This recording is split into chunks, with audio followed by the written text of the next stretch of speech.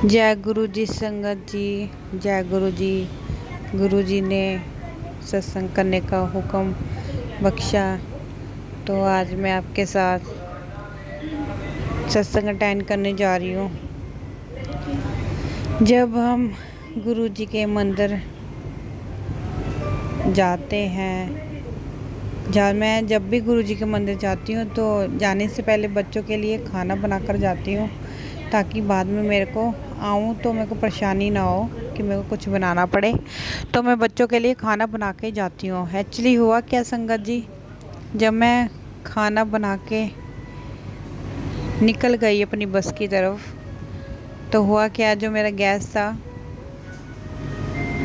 बंद नहीं किया, भूल गई। और मैं जब मंदिर पहुंची तो मेरे को याद नहीं आया शायद। तो मैं जब भी गुरु जी के मंदिर जाती हूँ तो मैं गुरु जी से अरदास लगा के जाती हूँ कि गुरु जी मेरे घर का ध्यान रखना और मेरे नाल चलना, रक्षा करना। तो मैं गुरु जी के मंदिर से होके अच्छी तरह दर्शन करके आ गई संगत जी। जब घर आई तो चाय बनाने लगी बच्चों के लिए और अपने लिए।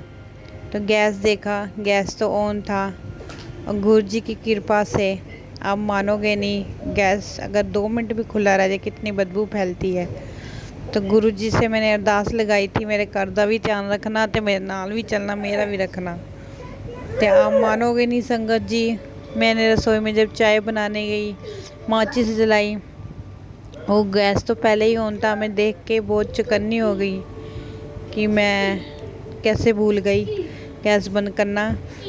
फिर मैंने अपने मन में ही कहा कि मैं गुरु जी को अरदास लगा कर गई थी कि गुरु जी घर का ध्यान रखना।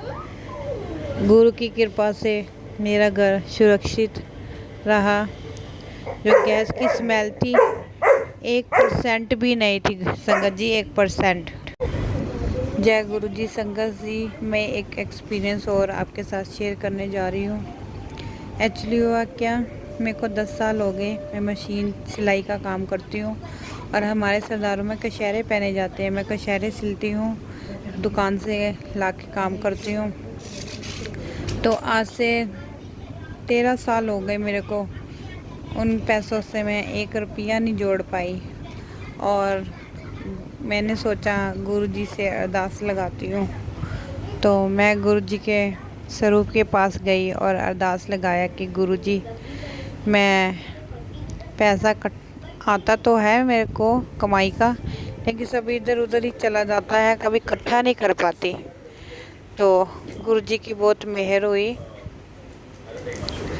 मैंने गुरु जी को जब अरदास लगाई तो उसके अगले महीने ही मेरे गुरुजी ने मेरे को 10,000 रुपया इकट्ठा करवाया। तो मैं बहुत आभारी हूँ गुरु जी की। तो बहुत बहुत शुक्राना है मेरे गुरु महाराज, मेरे मालिक का। तो संगत जी, आज मैं एक एक्सपीरियंस और आपके साथ शेयर करना चाहूँगी। एक दिन क्या हुआ, मेरा जो बड़ा भाई है ना संगत जी, वो इस दुनिया में नहीं है, भगवान के पास चले गए।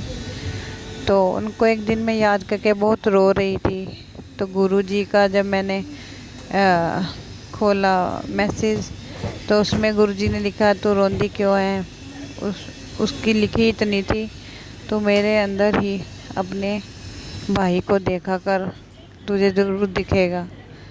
तो गुरु जी के मैसेज से मैं गुरु जी के स्वरूप के पास जाके देखती हूँ तो मेरे को अपना भाई, वैसे भी मैंने गुरु जी को सब कुछ बना रखा है, अपना भाई बहन पापा सब मानती हूँ।